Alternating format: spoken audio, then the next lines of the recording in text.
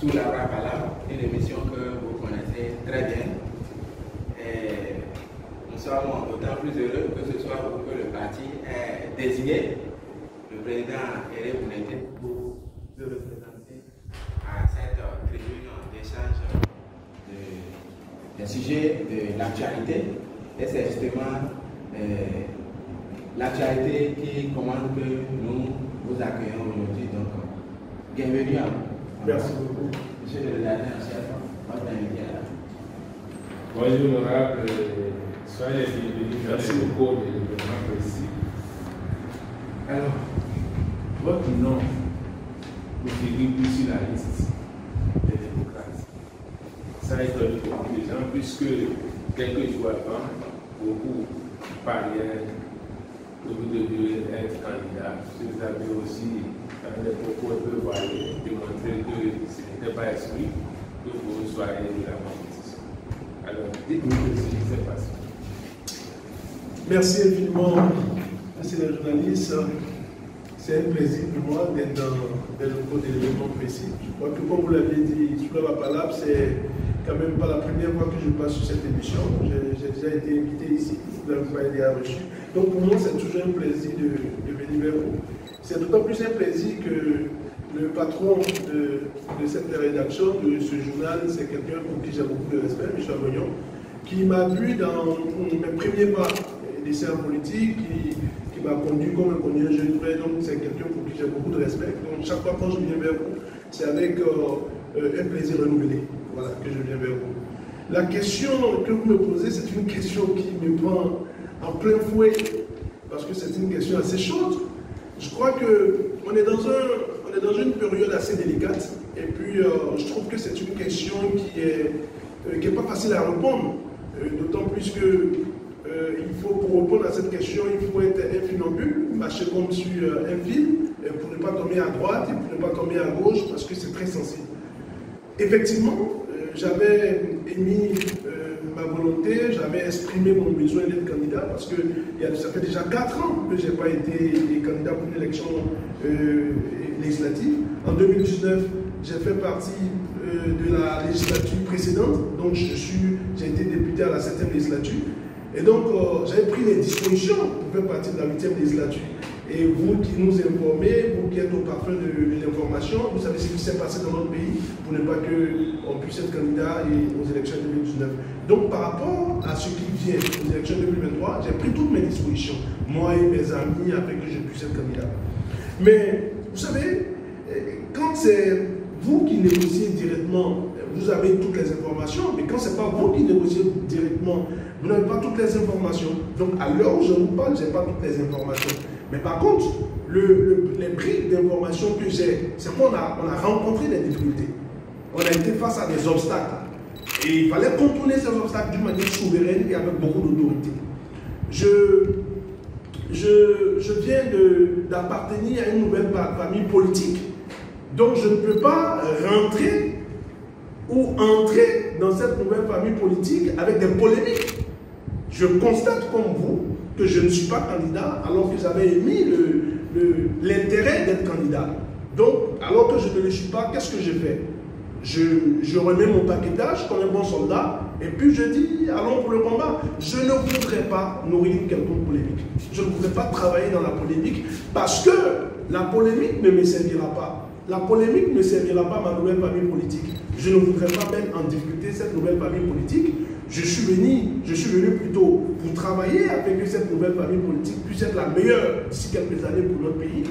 Et tout ce que je ferai pour que cette famille politique puisse être la meilleure, je le ferai, même si vous passez par des sacrifices. Je suis prêt à consentir ces sacrifices. Donc pour le peu, en ce qui concerne la question que vous venez de me poser, c'est ce que je dois répondre.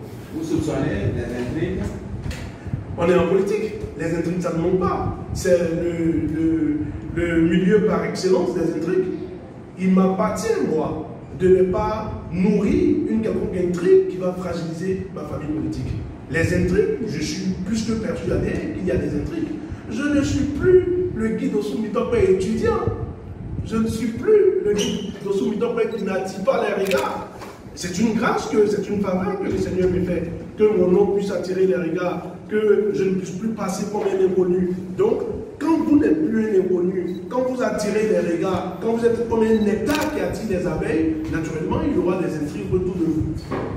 Alors, mais pourquoi il y a eu autant de mythes autour de la liste de candidature des démocrates, puisque jusqu'à la dernière heure, personne ne savait qui serait candidat ou pas, même les potentiels candidats ne savaient pas si leur nom serait effectivement retenu sur la liste. Alors, on aurait appris qu'il y a les critères qui ont été retenus surtout tiennent compte des membres fondateurs, c'est-à-dire les anciens. On n'a pas tenu compte vraiment des derniers arrivants comme. D'abord, c'est vous qui qualifiez ce que le parti peut appeler discrétion, vous pouvez l'appeler mythe, parce que c'est vous qui jugez. Mais moi, je vais appeler ça discrétion. Moi, je n'appellerai pas ça mythe.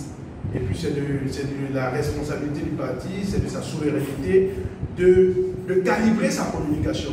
C'est un calibrage de communication, parce qu'il y a d'autres qui ont été prêts dès qu'ils ont déposé les listes au niveau de la Commission électorale nationale autonome. D'autres ont publié. Ça appartient à leur stratégie communicationnelle. D'autres n'avaient même pas encore de listes homologuées qu'ils avaient déjà communiquées autour de leurs listes. D'autres ont attendu que les listes soient homologuées. D'autres ont attendu que la Cour constitutionnelle intervienne avant de communiquer autour de leurs listes. Je n'appellerai pas ça mythe, je dirais tout simplement que cela appartient au pouvoir discrétionnaire du parti de décider s'il faut publier la liste ou pas. En ce qui concerne la question des excusez-moi, ce n'est pas l'expression que vous avez utilisée, mais moi je vais l'utiliser. En ce qui concerne peut-être ceux qui sont arrivés à la 25e heure, comme on le dit souvent, je ne crois pas que ce soit un critère qui est joué dans la mise sur pied de la liste. Vous savez, le Parti des démocrates aujourd'hui, qu'on le veuille ou pas, mais c'est véritablement le parti qui incarne l'opposition. D'où c'est le parti qui incarne l'espoir. Parce que pendant 6 ans, ou un peu plus de 6 ans, on a assisté à une sorte de gouvernance sans opposition. À part nous qui avons fait nos preuves au sein du Parlement, juste après ça, les 3 premières élections organisées par ce régime, c'était des élections qu'on pouvait qualifier de match amical. Ça a été entretenu ici. Ils ont travaillé à cela. Ils ont travaillé afin qu'ils ne puissent pas avoir un match sérieux. Donc 2019 match amical, 2020 match amical, 2021 match amical. Donc aujourd'hui, le peuple, vous avez donné notre son de cloche. Le peuple qui se manifeste, le peuple qui bouge, le peuple qui voudrait voir un parti comme les démocrates faire mal le 8 janvier 2023, mais ce n'est pas parce que faussement il est contre un individu, mais c'est parce que franchement, il rêve de retourner à un État où une seule personne ne va pas disposer de tous les pouvoirs. Il rêve, ce peuple rêve d'un État où, quand tu as tort, on puisse avoir l'occasion de dire que tu as tort, et quand tu as raison, on puisse avoir l'occasion de t'applaudir. Donc je crois que c'est à ça. Et je l'ai dit à nos populations à Porto Novo, ceux qui se préparent pour le 8, c'est même plus fort que le Parti des démocrates. Ceux qui se préparent le 8, c'est que le peuple souhaiterait envoyer un message fort à ce régime. Et pour cela, je pense que le régime ne travaillera, et le Parti des démocrates ne travaillera pas à jouer sur de petits paramètres, des petits éléments comme celui qui est arrivé en dernière position. Non, non, non. Je crois aujourd'hui qu'il faut se resserrer les rangs, se retrousser les manches afin de savoir qui sont ceux que nous pouvons envoyer au niveau du Parlement afin de pouvoir aller dans le sens du peuple. Je crois fondamentalement que c'était ça. Il n'y a pas eu de raison qui puisse expliquer que certaines personnes sont arrivées à la 25e heure et que d'autres étaient là dès le départ. Monsieur Guimé, vous avez été de l'opposition à Boniaï et vous êtes resté dans les stratégies qui ont conduit à la constitution de la liste Union fait la nation, qui vous a fait porter à l'Assemblée nationale. Alors, quand vous regardez l'expérience que vous avez vécue et l'expérience récente que vous avez menée dans la préparation de la liste du Parti des démocrates pour cette élection, est-ce que vous pensez que vous vous êtes sérieusement organisé en parti d'opposition pour ne pas laisser le parti au pouvoir vous avoir? Merci pour cette question. Je crois que d'abord je vais rebondir sur votre suite. Il fallait ne pas se laisser avoir. Il fallait travailler à ne pas se laisser avoir. Parce que la littérature de l'échec, ça ne dure que le temps de quelques heures. La littérature de l'échec, qu'est-ce que j'appelle la littérature de l'échec? On aurait dû, on aurait pu, oh, on s'est laissé avoir. Et je l'ai dit quand j'étais passé sur une chaîne la semaine dernière, je disais en substance que j'ai eu l'occasion, j'ai eu la chance de faire partie de la délégation que le chef de l'État a reçue le 25 février 2019 au palais de la présidence. Moi, je l'ai entendu dire. Moi, je n'ai pas suivi comme nos compatriotes, moi, j'étais témoin des faits. Quand il disait, j'aurais été à votre place, que je me battrais pour être présent aux prochaines élections.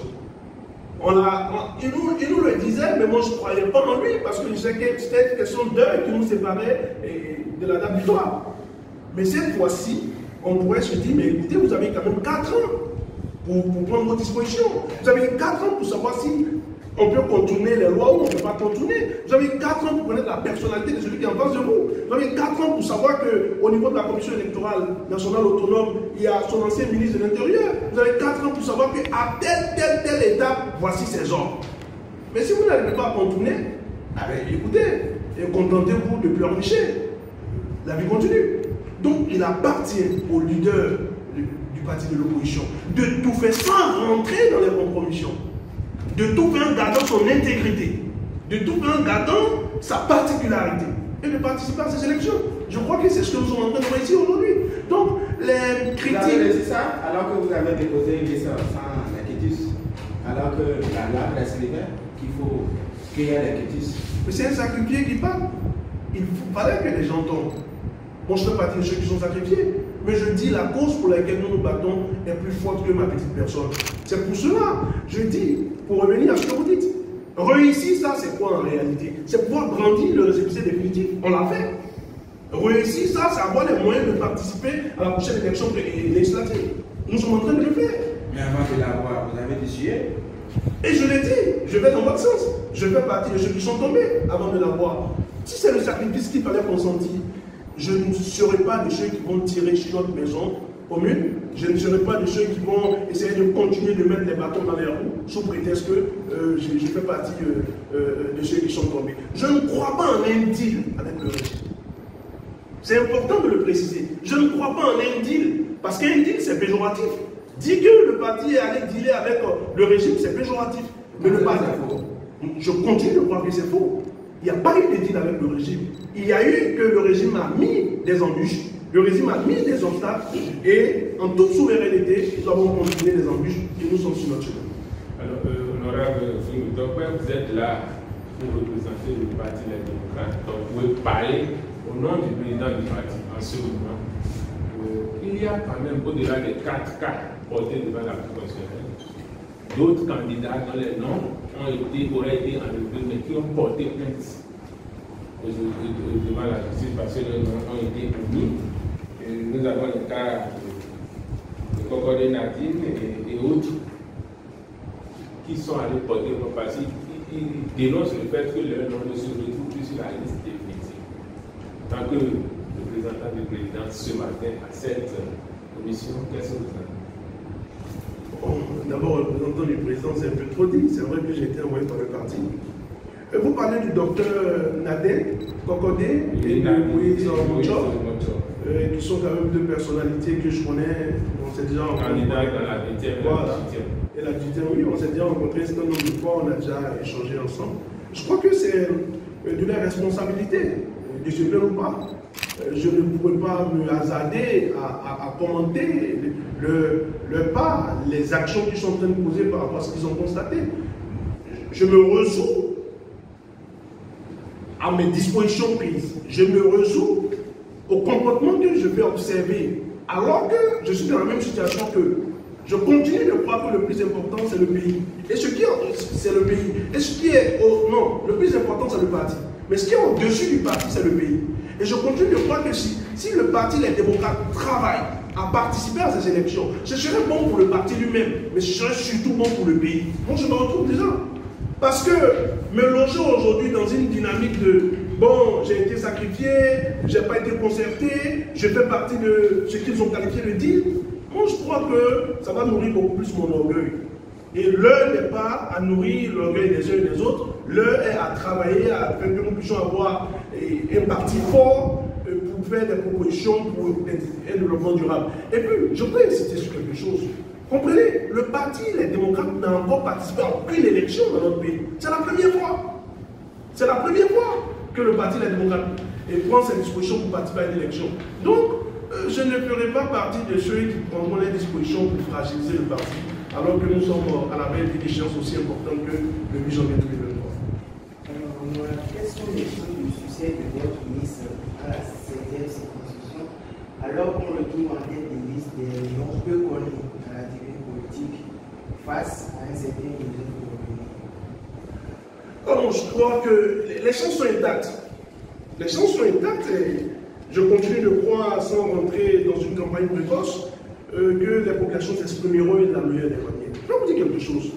Vous savez, la plus grande déception du chef de l'État, pour les 3 élections qu'il a organisées, alors qu'il avait empêché l'opposition de participer à ces élections, sa plus grande déception, c'était la mobilisation. Parce que c'était un match amical. Lui, il regardait à la mobilisation, au taux de participation. Sa plus grande déception pour 2019, pour 2020 et pour 2021, c'était le taux de participation. Mais sa plus grande joie en 2023 sera le taux de participation. Parce que les gens sortiront. Et quand les gens sortiront, ils ne chercheront pas d'abord la tête de Kimi Topé.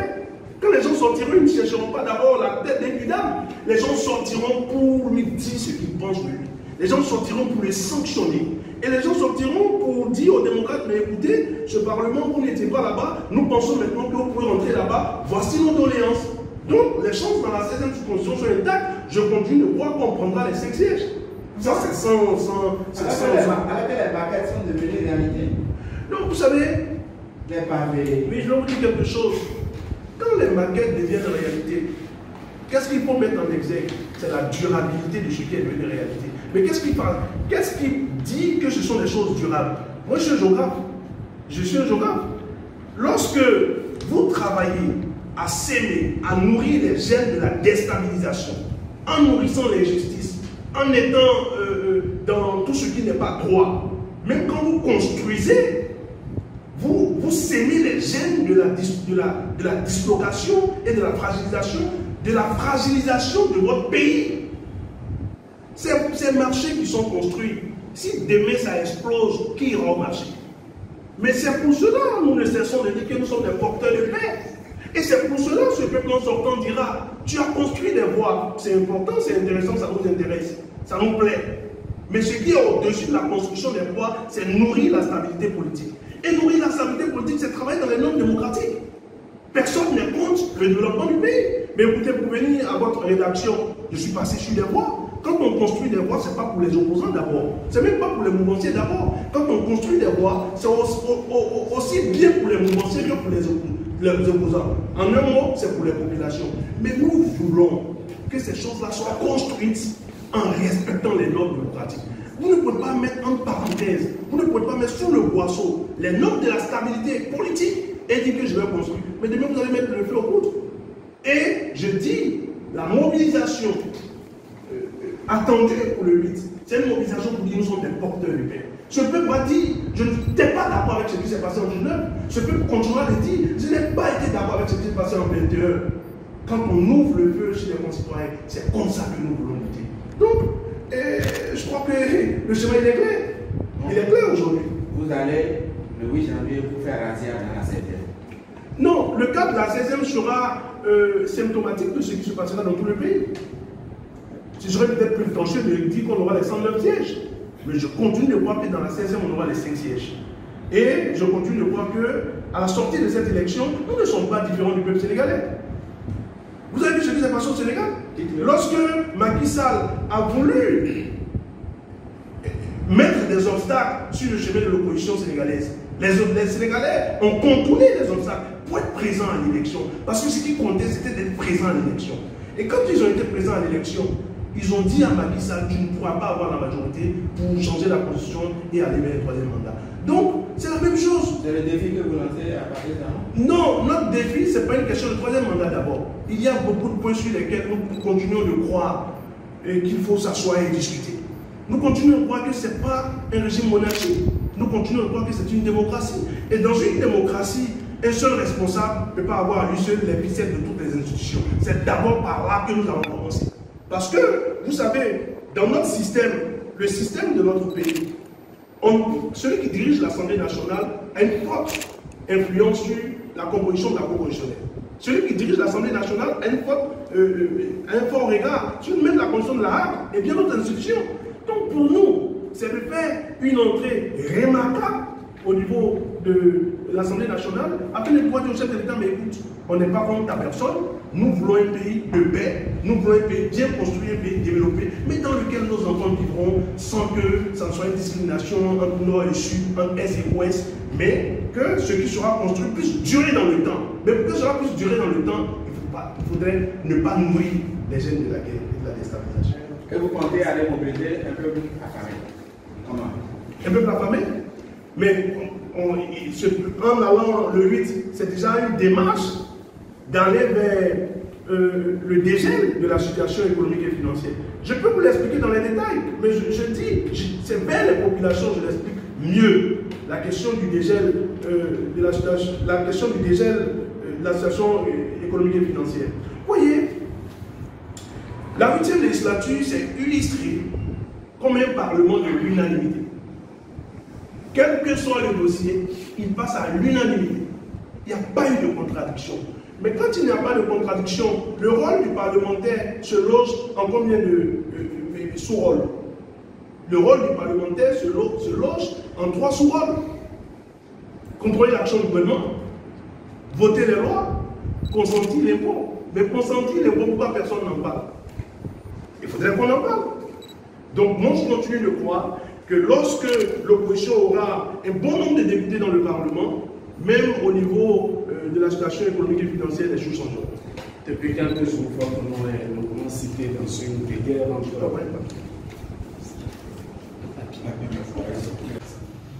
On veut savoir que se passe-t-il réellement pour vous et Candide? Vous avez promis, après Isaïe TV, que je n'allais plus revenir sur la question. Parce que pour moi, c'est toujours un peu difficile de parler de mon ancien parti, de parler du président, qui je continue d'avoir beaucoup de respect, même si je suis déçu et attristé. Vous savez, et quand j'avais pris les dispositions pour quitter le parti Restaurer l'Espoir, je crois que j'étais passé sur vos émissions ici. Une de vos émissions au cours de laquelle je vous avais rassuré ici que je n'ai pas nourri le projet, je n'ai pas un projet de quitter le parti. Mais à un moment donné, le climat entre le président Azanaï et moi n'était plus le même. Et comme je l'ai dit, avant de venir dans votre rédaction, j'avais à choisir entre rester et créer une rébellion en interne ou partir vraiment dans les meilleures conditions. Et j'ai décidé de partir dans les meilleures conditions. Vous savez, avant de partir, je n'ai pas envoyé de lettres. Je continue de l'expliquer ici. J'ai été rencontrer le président Kandid Azanaï, j'ai demandé une audience, il m'a reçu, nous avons échangé pendant près de 2 heures. De 15 heures à un peu moins de 17 heures. Donc, j'ai été très surpris de l'entendre dire tout ce qu'il a dit. Je vais profiter de l'occasion de votre rédaction pour présenter mes excuses à ma famille, pour présenter mes excuses à mon père, à mon épouse, à mes enfants, à mes frères et sœurs, qui ont été très déçus comme moi et qui ont été très touchés par tout ce qu'on a entendu dire. Parce qu'il ne s'en est pas pris qu'à moi, il s'en est pris aussi à ma famille. Et on a été très sensible à ça. Donc moi, je vais profiter de l'occasion de votre rédaction pour présenter les excuses à ma famille. Et dit, comme je l'avais expliqué précédemment, je ne voudrais pas rentrer dans les détails, mais je ne suis pas une mauvaise personne. Et je crois que ici, en République du Bénin, vous connaissez combien de jeunes qui soient restés autant fidèles à un parti et qui aient décidé de partir sans que ça ne soit une occasion de s'entre-déchirer. Parce que traditionnellement dans notre pays, quand on quitte un parti politique, on commence à s'injurier, on commence à s'attaquer, on commence... Je dis non, je ne voudrais pas faire ça. savez, quand j'ai quitté, la première émission que j'ai faite, c'était le 14 août 2022 sur OCRFM. Le journaliste m'a titillé, il m'a poussé dans mon dernier retranchement afin que je puisse faire des déballages. J'ai refusé de faire des déballages. Pour le respect que j'ai pour le président Kanda Zanaï et pour le respect que j'ai pour les responsables du parti. Je suis parti du parti, ce n'est pas une raison pour laquelle je vais commencer à tirer à boulet rouge sur le parti. Parce que habituellement, c'est ce qui se fait dans notre pays. Moi, je dis, je ne voudrais pas m'inscrire dans cette logique. Et je ne l'ai pas fait.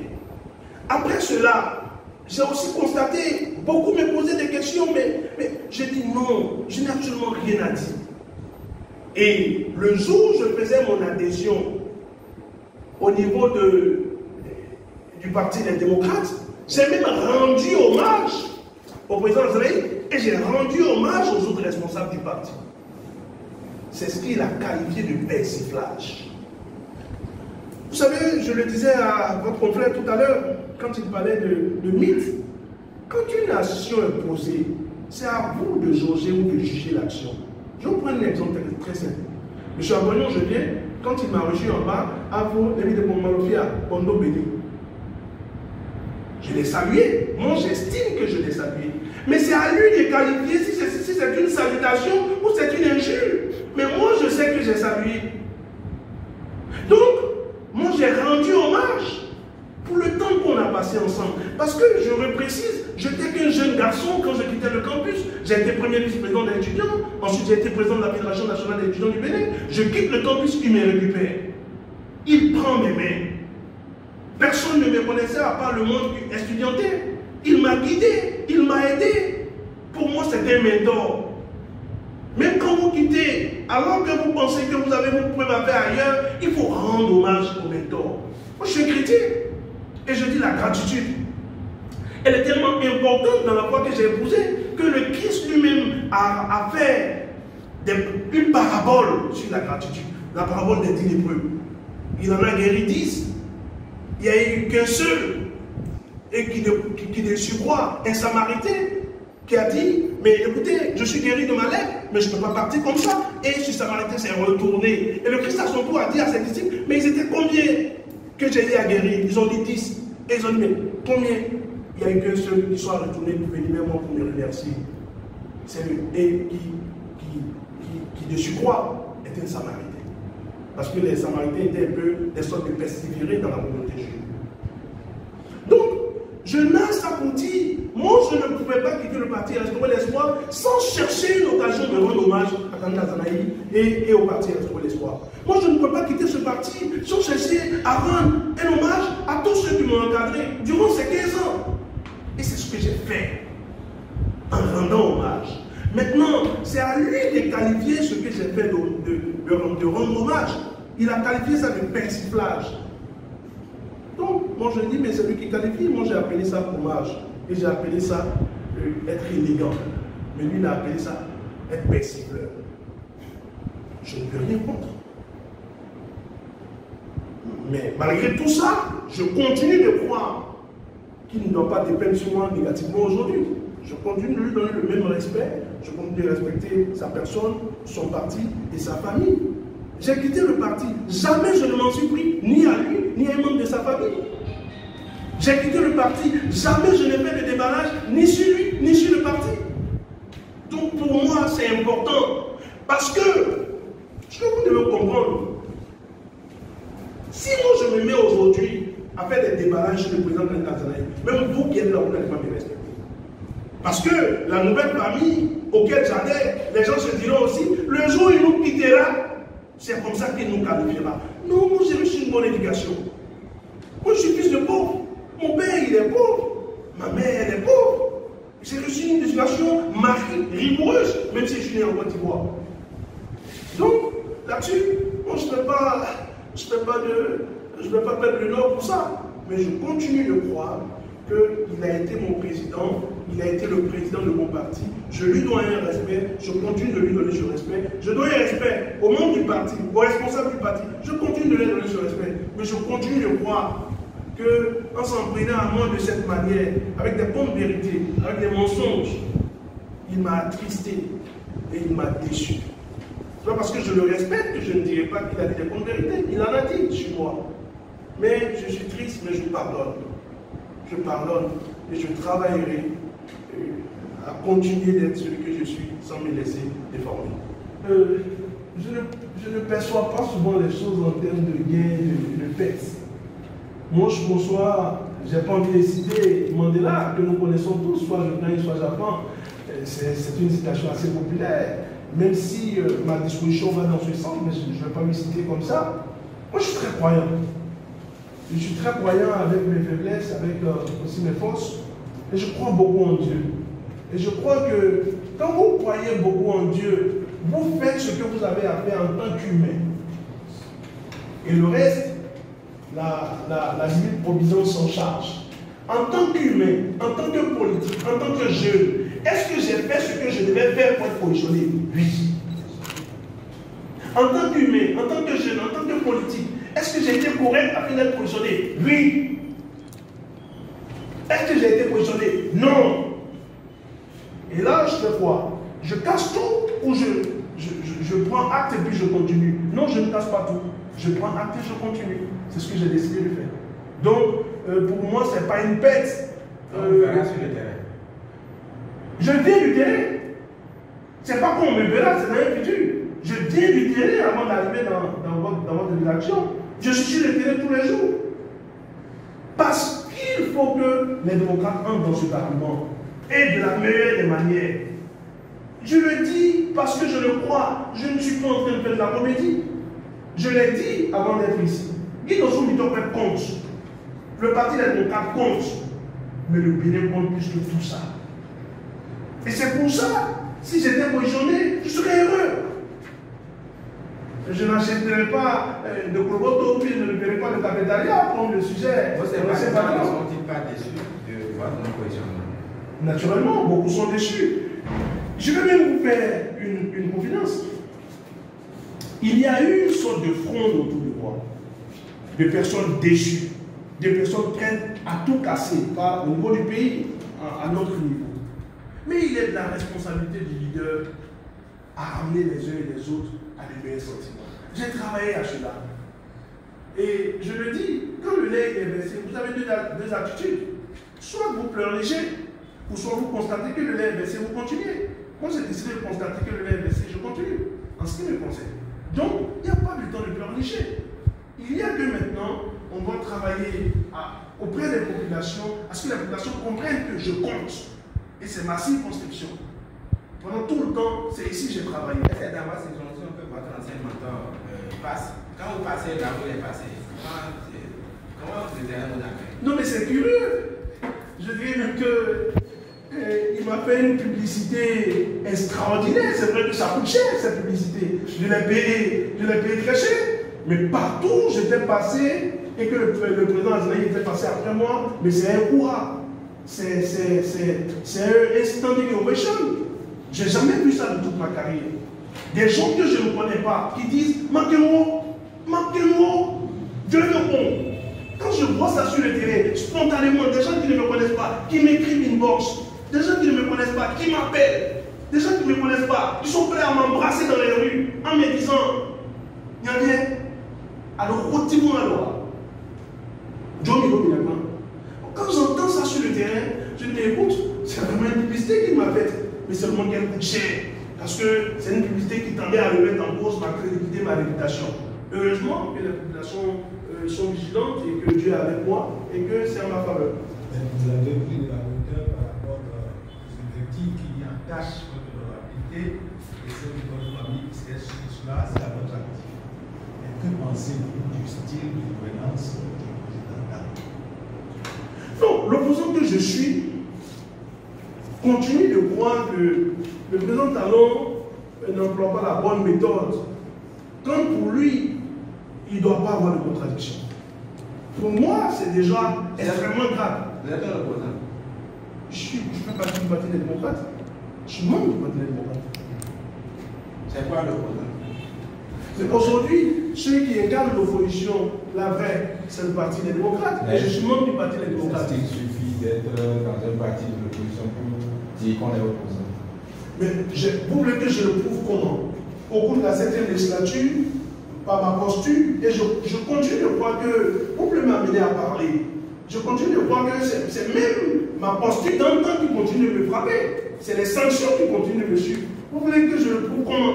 Comme je l'ai dit à quelqu'un, la personne me dit, la personne me voit, ah, Daniel, voyons, à Colombo, donc, elle dit, mais attends, donc c'est la dernière chose maintenant pour que je croie que j'ai l'opposition, que je marche. Non, mon gars, elle est mon bon. Il ne verra jamais ça. Regarde-moi, elle est mon bon. Mais je n'ai pas convaincu que ce soit que je suis de l'opposition. Au niveau de la 7e législature, avec certains collègues, on a conduit le mouvement de l'opposition au sein du Parlement. Sanction directe, exclusion des élections de 2019. Parmi les amis, dans la foulée, d'autres ont créé les FCPE pro-régime. Je suis resté moi-même, j'étais encore au sein du Parti Restaurer l'Espoir. Quand j'ai observé, et j'ai vu aujourd'hui ceux qui incarnent la ligne de l'opposition, ceux qui, à travers leur comportement, il n'y a rien à dire. Ils sont de l'opposition. Donc quand je décide de rentrer dans leur parti, avec en tête celui à qui je rends hommage, le président d'honneur, le président Yahya Boni, qui continue d'incarner celui qui est opposant. Vous voulez que je fasse quoi? Que j'aille dans le parti de qui? Mais je reste avec les démocrates, parce que c'est le parti aujourd'hui qui incarne l'opposition. Vous avez dit que celui qui incarne véritablement l'opposition, c'est le président Ndiaye. Maintenant, il a été appelé par le président d'abord pour servir le Bénin. Si il était de nous appeler également pour servir le pays. Oh, je ne sais même pas combien de fois vous dites merci pour cette question, parce que ça va méchant. Vous savez, on ne peut pas zoomer sur tout, à tout déformer dans une autre. Mais Yahya Boni n'est pas le seul ancien président à être médiateur dans une crise. Mais écoutez, ne soyons pas réducteurs de tout. Obasanjo est, comment on appelle, le médiateur de la crise en Éthiopie. On peut en citer plein comme ça. Qui sont anciens présidents, ce pourquoi on les exploite le mieux, c'est qu'ils mettent leur expérience alors qu'ils ne sont plus présidents. Alors, avant les élections ici, on a pris l'ancien président malien, Yessefou Mamadou, être reçu par Patrice Talon, sûrement en mission. Et c'est pour ça qu'on m'a dit que Obasanjo et puis Buhari sont comme ça. Non, c'est du pouvoir discrétionnaire des institutions de la sous-région, des institutions africaines. C'est vrai que si c'est la CEDEAO qui veut prendre un ancien chef d'État, ils vont probablement prendre l'avis de celui qui est président en exercice. C'est vrai que si c'est l'Union africaine, ils vont prendre l'avis de celui qui est en président. Mais ce n'est pas le Bénin qui l'envoie. J'ai lu des choses qui me sortaient des ports il y a quelques temps sur les réseaux sociaux. Je dis, mais non, on ne dira pas dans le pays que nous sommes tous des briques de 15. Non, il y a des gens qui continuent de réfléchir. C'est la CEDEAO qui envoie Talon en Guinée-Conakry. Yahi en Guinée-Conakry. C'est vrai que la CEDEAO, le président, ou avant de le faire, prendra naturellement la position ou l'avis du régime actuel. Mais cela ne fait pas de Yahi quelqu'un qui rentre dans la compromission. Et je dis, moi je fais une nette distinction entre le compromis et la compromission. Le compromis, c'est qu'on se permet de se parler. C'est qu'on instaure un climat de dialogue qui permet qu'on se parle. Mais ça ne veut pas déjà dire qu'il a mordu à quelque hameçon que ce soit. Je continue de croire que nous devons élever le niveau du débat. Le débat a un haut niveau aujourd'hui et nous devons pouvoir comprendre que ce qui importe aujourd'hui, c'est le bien-être de nos populations. Évitons les querelles d'épiciers et puis parlons de la langue. Oui, j'ai parlé de Yahya Boni parce que en tant que béninois, je dirais vous, compte tenu de votre expérience. Aujourd'hui, Guy Mitopé, ministre d'État, par exemple. Non, mais ça, écoutez, ça appartient à une politique. Guy Mitopé, ministre en 2023, 2024, je ne sais pas quelle année, mais si c'est le parti qui m'envoie, alors qu'il y a des clauses bien claires, bien établies, avec l'accord des responsables du parti, et pourquoi vous voulez qu'il crache là-dessus? Mais dans le même temps, je ne mènerai aucune démarche derrière les responsables du parti afin d'aller négocier quoi que ce soit comme poste ministériel ou bien avantage. Non. C'est vrai que j'ai des amitiés avec ceux qui sont de l'autre côté. Parce que n'oubliez pas qu'en 2015-2016, j'étais avec eux. C'est nous qui avons contribué à ce que talent vienne. J'ai des amitiés avec eux. Mais je ne négocierai rien derrière le parti. Si vous apprenez un jour, ou s'il advenait que je sois ministre en 23, en 24 ou bien les années qui viennent, c'est que le parti a été touché, le peuple dans la dynamique, et puis bon, dans une dynamique peut-être d'ouverture nationale ou je ne sais pas quoi. Si le peuple est d'accord et que le parti est d'accord et que les bases sont claires, on ne crachera pas là-dessus. Mais on ne trahira pas le peuple. On ne trahira pas le peuple. Alors, le jour où j'ai fait ma déclaration, le 12 octobre 2022, jusqu'à midi, un grand parti de la mouvance continuait de me dire qu'il n'avait pas fait la déclaration. Ça, c'est jusqu'à midi. Un autre parti de la mouvance continuait de me dire ne fais pas cette déclaration. Tu ne peux pas aller sur jusqu'à moins 15, jusqu'à 15h moins 15. Vous allez permettre, pour des raisons qui me sont proches, je ne dirai pas le nom des gens. Mais c'est authentique, vous pouvez prendre mon portable, les appels sont encore là. Mais écoutez, j'ai plus de 40 ans. S'il y a plus de 40 ans, je ne sais pas ce que je veux. S'il y a plus de 40 ans, comme je le disais à quelqu'un, je ne sais pas où je vais. Mais je dis, je sais ce que je veux. Et je dis, ce que je veux là, c'est être face à Talent aujourd'hui. Ça peut être demain. Mais aujourd'hui, là, je vais être face à lui. Pour un certain nombre de raisons. Mais pourquoi les gens me pensent donc que. C'est pour ça que je dis, j'ai trouvé ça très pernicieux et très bas. Que mon ancien patron puisse dire, il est venu me dire qu'on a. Je trouve ça franchement très bas. Parce que c'est à 27 ans que j'ai été secrétaire général du parti qui créait. Un parti qui avait des députés à l'Assemblée nationale qui avaient des anciens ministres. Ça veut dire que je suis un peu précoce. Pour parler un peu dans notre rapport pour mon bon, chacun a sa destinée. Si à 27 ans, j'ai pu diriger des jeunes personnalités, première personnalité de l'exécutif, d'un parti qui avait des anciens députés, des anciens ministres, c'est que j'ai une personnalité. Aujourd'hui, je peux dire ça je veux, je peux dire ça je ne veux pas. Je ne suis pas versatile. Quand je veux quelque chose, je dis je veux. Quand je ne veux pas, je dis je ne veux pas. J'ai cette personnalité. C'est pour cela, ceux qui me connaissent, quand ils l'ont entendu, ils ont dit mais attends, laisse-moi me piquer là, mais je suis où là? Mais on parle de qui? Celui que moi je connais là, mais c'est pas de lui qu'on parle. Il a dit que vous avez fait. Pratique. C'est ce qui brûle un pays. C'est ce qui fait mettre le feu aux poudres. Donc, quelle que soit la qualité des voies que vous construisez, quelle que soit la beauté du pays que vous présentez, si vous n'êtes pas assis, vous, M. Aboyon, et tous les autres, mon très cher, j'oublie son prénom, Olivier plutôt, voilà. Monsieur Olivier, est-ce que, ça va me revenir, est-ce que vous pensez un seul instant, vous pensez un seul instant, qu'on peut dire qu'il y a un coup d'État en France aujourd'hui? Personne ne va croire. Est-ce que là où vous êtes, voilà, monsieur Abatier, c'est le nom de la. Est-ce que là où vous êtes, vous pouvez penser un seul instant qu'on dise qu'il y a eu un coup d'État sur Joe Biden? Personne ne peut croire. Pourquoi? Parce que c'est assis sur du solide. Et je crois que c'est vers ça qu'on doit attendre. Les Américains ont le plus beau pays au monde. Mais avec cette loi, ils ne peuvent pas jouer. Qu'on soit un pays au XXIe siècle, où pour un oui, pour un non, on peut vous licencier. Quel que soit le domaine, que ce soit au privé ou au public, pour un oui ou pour un non, on peut vous licencier. Vous êtes une jeune femme, vous refusez d'aller dans le sens de votre boss, il peut vous licencier. Et la loi va plus loin. Comme indemnité, vous avez entre 3 mois et 9 mois. Il n'y a plus de contrainte.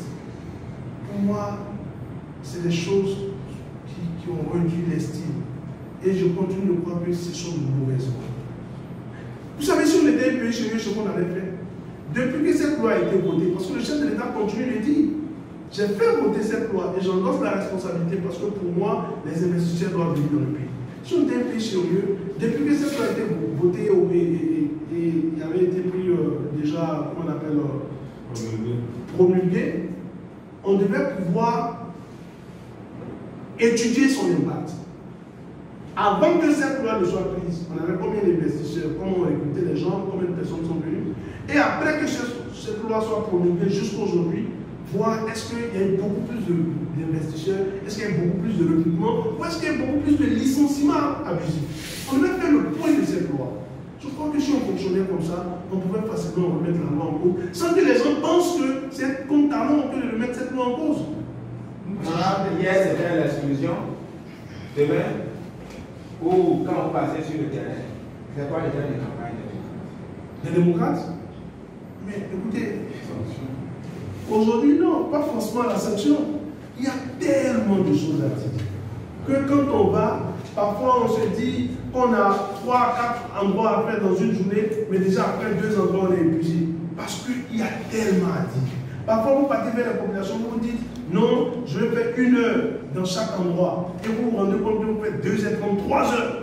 D'abord vous avez beaucoup parti, la population elle-même ne veut pas vous laisser partir. Tellement elles ont soif d'apprendre.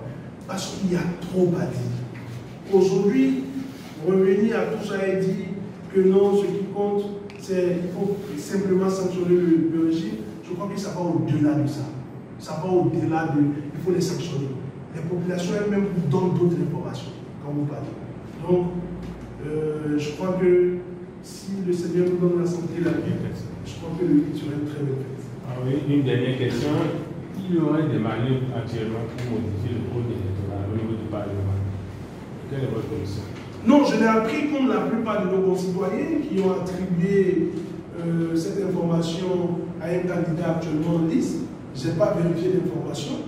Donc, pour le moment, je continue de croire que c'est une rumeur, puisque le compatriote à qui cela a été attribué, il ne s'est pas prononcé là-dessus officiellement. Mais, pour entrer un peu dans le fond de la chose, c'est que je ne crois pas que ce soit possible. Parce qu'il y a quand même le protocole additionnel d'aspirant qui concerne les élections et qui nous donne beaucoup plus de détails là-dessus. On est à moins de, juste environ 1 mois, quelques jours. Donc, je crois que... Ok, merci honorable. Nous sommes arrivés à la fin de la première partie. La seconde partie, vous le savez, nous n'allons plus traîner là-dessus parce que la carte d'identité, votre parcours scolaire, tout ça, on est déjà passé par ici, on a ces éléments. À moins qu'il y ait eu des changements que vous pouvez nous apporter. Une seconde femme.